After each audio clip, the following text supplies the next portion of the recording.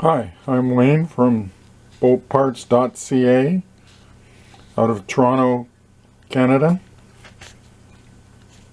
and we're doing a short video to show you how you can repair your own shift cable if the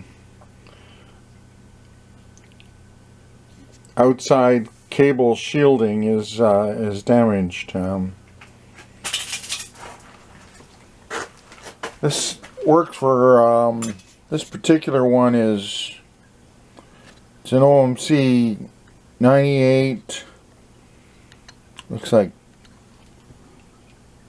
23, it's hard to see here, 982802 I believe, but it works for either one of the shift cables, and what it is, it's a compound. I'm just going to show you here. It's called plastic dip, and you can get it in black or different colors.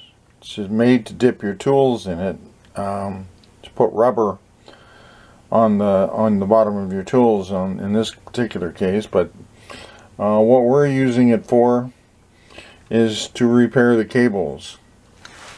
So just so everybody knows what we're talking about, this would be an 800 series unit. Okay, that would be the shift cable.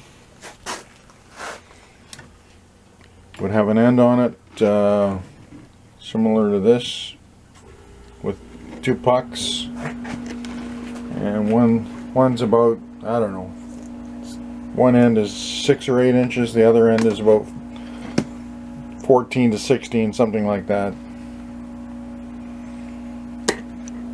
And this particular shift cable is fine, but this particular shift cable here, not sure how well this is going to show, but this has got about, or has had about 8-inch with an 8-inch space between them. The gouges in this one here were right through to the cable on the one side, and this one here was about 25% damaged. So to make a long story short, you simply poke a hole in this plastic dip and put some compound on.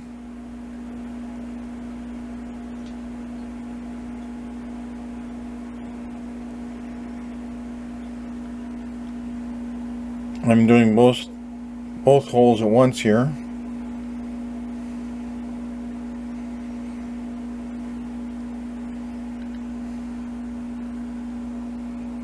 The viscosity is pretty thick on this.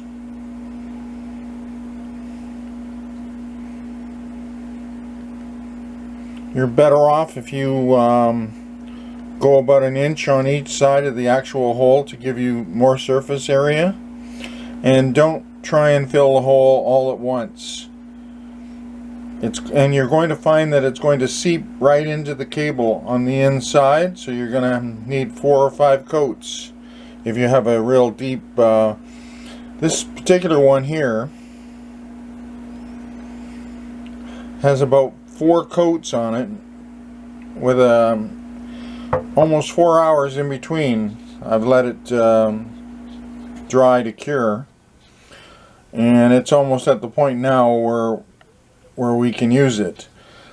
If you have driplets or whatever on it, or it'd be best to wipe them off if you can ahead of time.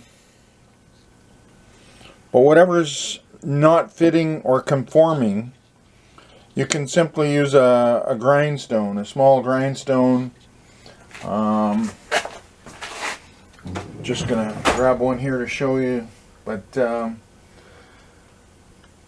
any kind of a grindstone for a do-more grinder.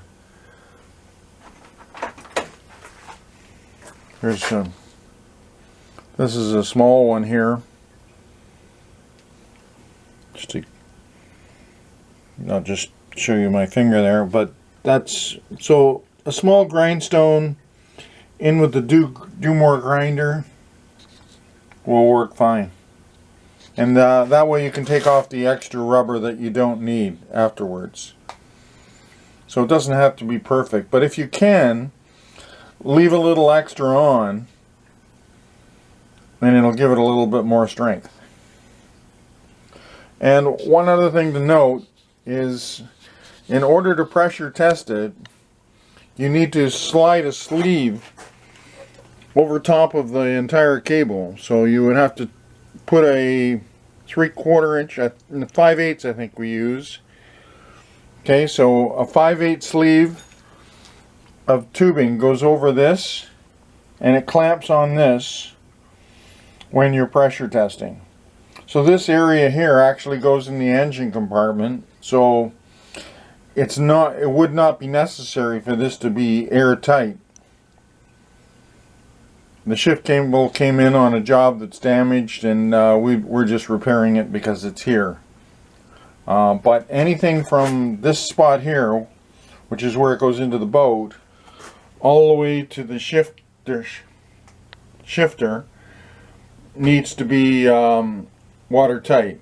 So after you mount the shifter on the 800 lower unit, then you would pressure test the unit to 10 or 15 pounds to make sure that the cable is not leaking. You would do that with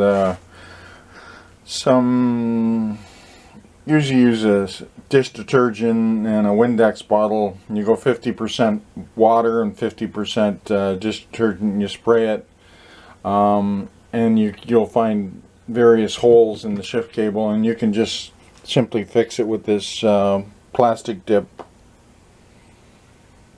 It's a cheap fix, and it seems to stand up quite well.